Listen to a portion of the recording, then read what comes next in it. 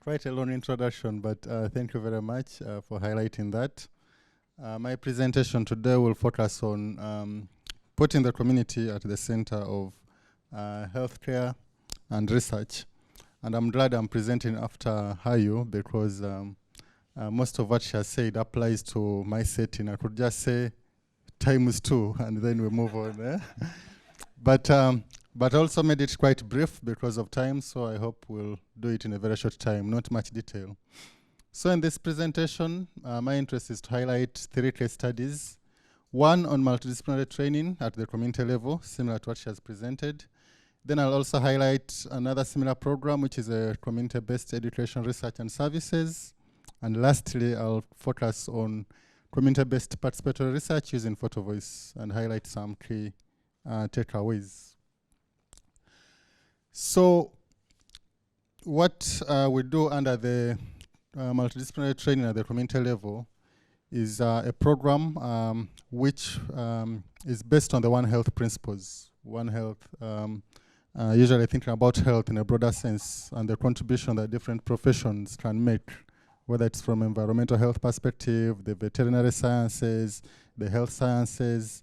So what we do under this program is we have students from the different programs undergo a field attachment experience together as a team.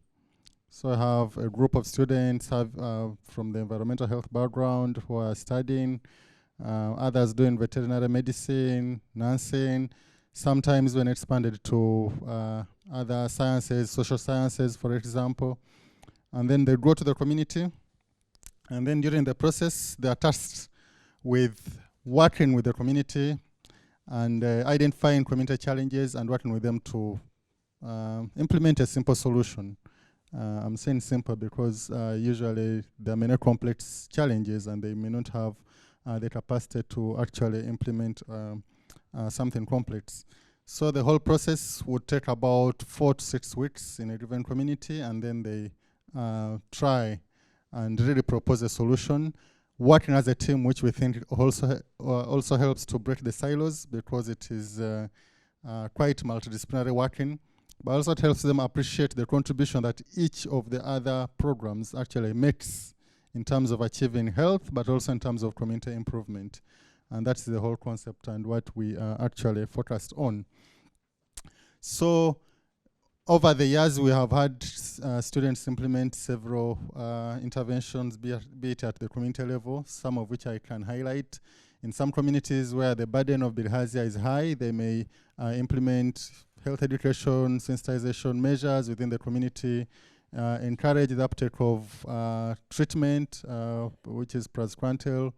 Other times, they are focusing on challenges that cut across the different disciplines like zoonoses, like rabies, or doing simple home visits and trying to look at it from the different perspective. As a health professional, what is it that I'm concerned about in a home?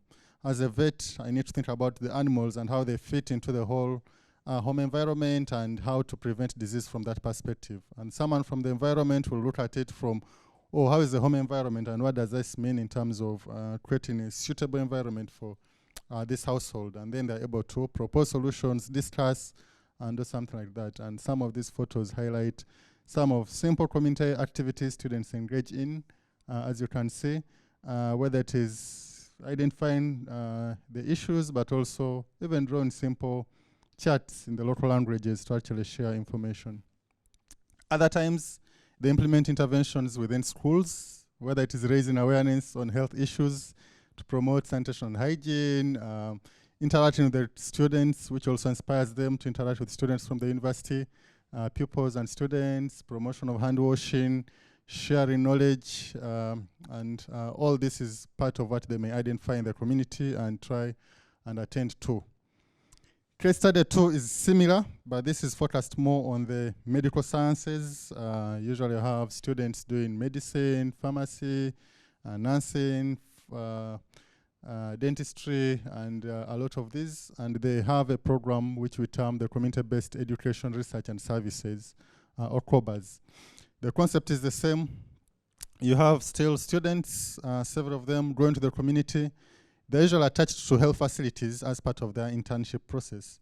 But then they are tasked that beyond just working at the facility, they work within the community of the facility and implement projects to actually improve that community or empower people in that community. And that is a compulsory part of the curricula. So these are usually students starting from their third year. So from third to fifth year, they're able to, first of all, gain community entry within the first year, understand community issues, but also discuss with the leadership and appreciate the community. In the year 2 of the program, which is usually in their 4th year, then they're able to do community diagnosis and have a short project proposal, which they then implement in year 3 and then submit this. So in the process, medical students learn that they're able to actually appreciate challenges in a broader sense, beyond just the facility. But many times they also appreciate that these challenges come from the community. So they appreciate the issues around public health, health promotion, disease prevention, and why they actually need to focus sometimes on the community to reduce the burden of people they see at the facility level. And that is the whole concept. But also just appreciating and being within the community, having a rural experience sometimes. We have even seen that later when they finish, some of them now are actually eager to work in rural areas, which was usually not very possible in the early years. So that's case study.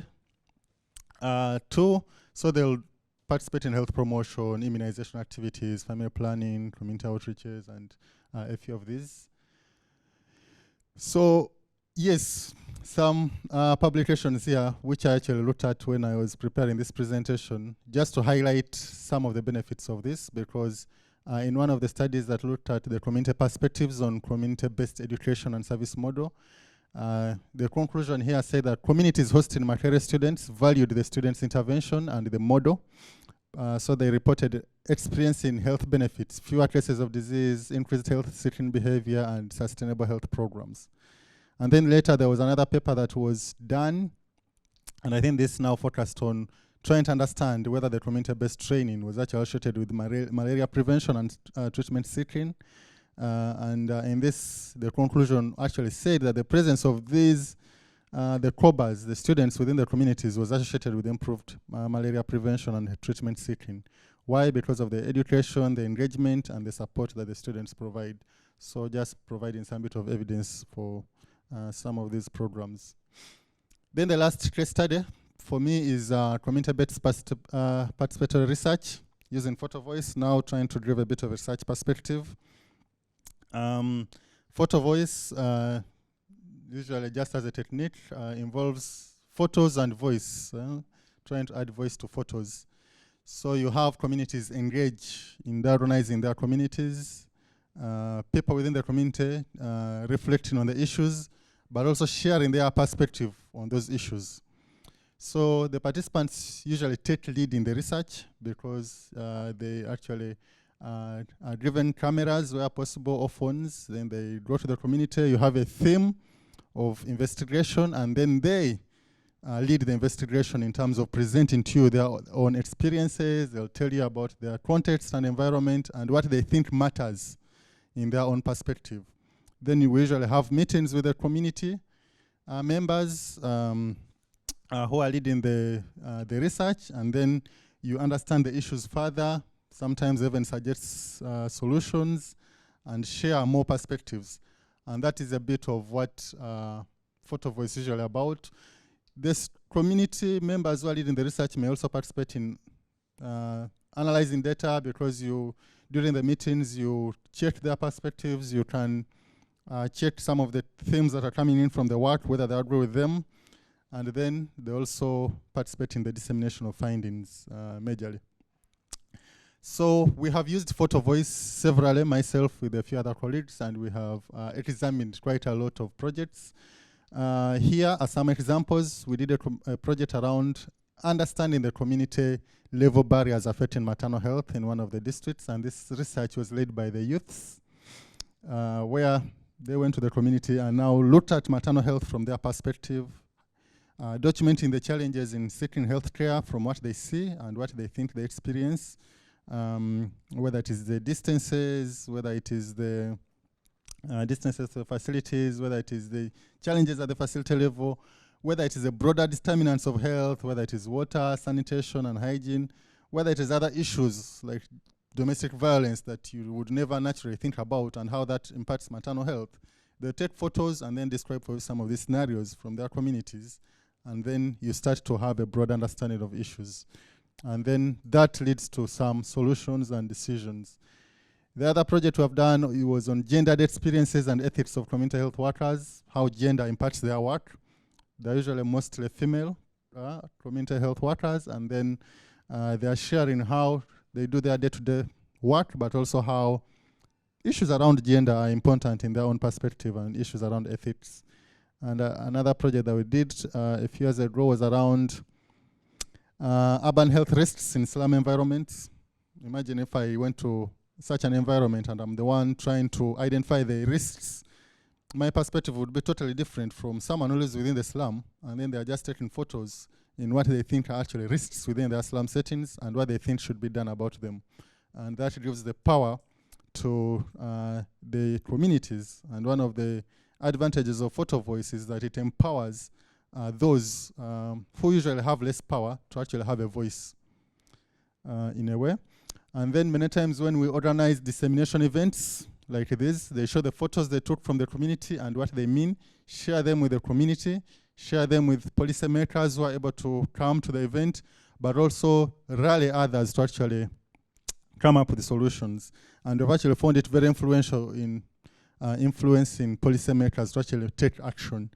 But sometimes if you have the youths within the community, and then they identify some issues, sometimes actually take it to the next level and start to engage with the leaders to actually say that there is some change because they now understand what needs to be done. So these are some photos to highlight that. So this is the last slide to share the key takeaways which have come through, that by putting communities at the center of research, at the center of healthcare, there are benefits to everyone, which I don't need to say. Some of them have already been highlighted. There is increased co-learning and reciprocity between students, community, and the researchers. We learn from them, they learn from us. Sometimes there's a perspective that they are the ones learning, but actually you learn a lot more. If you're doing this research and they are leading, you go and learn from their communities, you learn from their perspectives, you identify issues that need to be addressed and others. Multidisciplinary and collaborative working, which I already mentioned. You empower communities to foster action, as I've said, with photo voice. There are several challenges, as I've been mentioned, so I won't go into those. Thank you so much.